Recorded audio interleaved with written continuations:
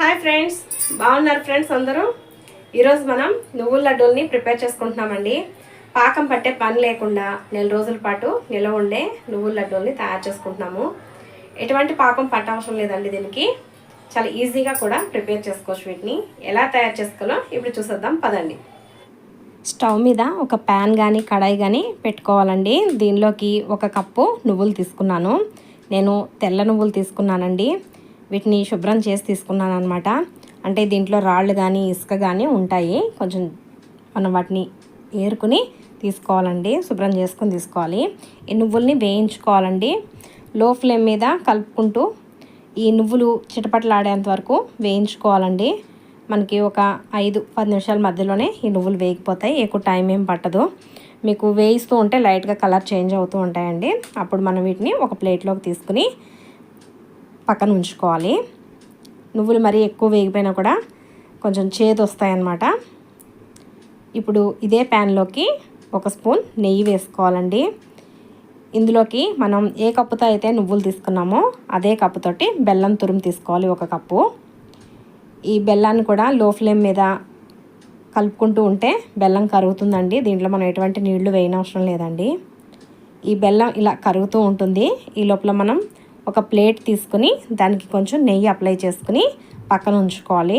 ఈ లోపలను నేను ఒక ప్లేట్ తీసుకున్నాను. దీనికి కొంచెం నెయ్యి అప్లై చేసుకుని దీన్ని పక్కన ఉంచుకుంటున్నానండి. ఈ లోపల మనకి బెల్లం కూడా కరిగింది. చూడండి, బెల్లం ఇలా కరిగితే సరిపోతుందన్నమాట. మనం దీన్ని ఏమి పాకం చెక్ చేయని అవసరం లేదు. ఇప్పుడు ఇందులోకి మనం వేయించి పెట్టుకున్న నువ్వుల్ని వేసుకుని కలుపుకోవాలండి.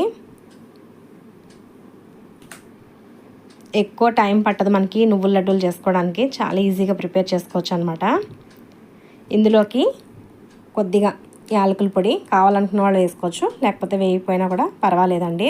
1 స్పూన్ నెయ్యి కూడా వేసుకుని దీన్ని ఒకసారి కలుపుకోవాలి. మొత్తం అంతా కలిసేటట్టుగా కలుపుకొని ఈ మిశ్రమం అంతటిని మనం నెయ్యి రాసి పెట్టుకున్న ప్లేట్లోకి వేసేసుకోవాలండి. ఇదంతా ఇలా కలిసిపోయిన తర్వాత ప్లేట్లోకి నేను తీసేసుకుంటున్నాను. ఇది కొంచెం చల్లారాలండి. మరీ వేడిగా ఉండగా మనం లడ్డూల్ని కట్టలేము. కొంచెం గోరువెచ్చగా ఉండగానే ఈ లడ్డూల్ని మనం కట్టుకోవాలి. చేతులు కొంచెం తడి చేసుకుంటూ ఈ లడ్డూలు మనం చుట్టుకోవాలండి. మరి మొత్తం చల్లారిపోతే మాత్రం లడ్డూలు చుట్టుకోవడానికి రాదు. కొంచెం వేడిగా ఉండగా అంటే గోరువెచ్చగా ఉండగా ఈ లడ్డూలు మనం చుట్టుకోవాలన్నమాట. చేతులు తడి చేసుకుంటూ ఇలా లడ్డూలు మనం కట్టుకోవాలండి. మీకు కావాల్సిన సైజులో ఈ లడ్డూల్ని తయారు చేసుకోవచ్చు. నేనైతే మరీ పెద్దగా కాదు, అలా అని మరీ చిన్నగా కాదు, మీడియంగా తయారు చేసుకుంటున్నాను.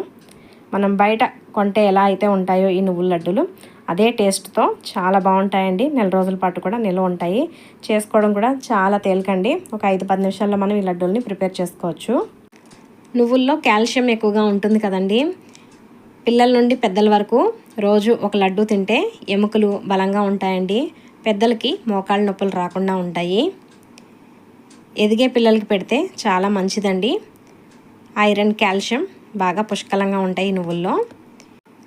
చూస్తారు కదా ఫ్రెండ్స్, పాకం పట్టే పని లేకుండా చాలా తేలిగ్గా నెల రోజుల పాటు నిల్వ ఉండే నువ్వుల లడ్డూల్ని చాలా ఈజీగా ప్రిపేర్ చేసుకోవచ్చు.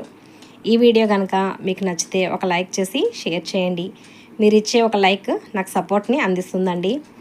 నా ఛానల్ని సబ్స్క్రైబ్ చేసుకోండి. మరొక వీడియోతో మీ ముందుంటాను ఫ్రెండ్స్. Bye friends.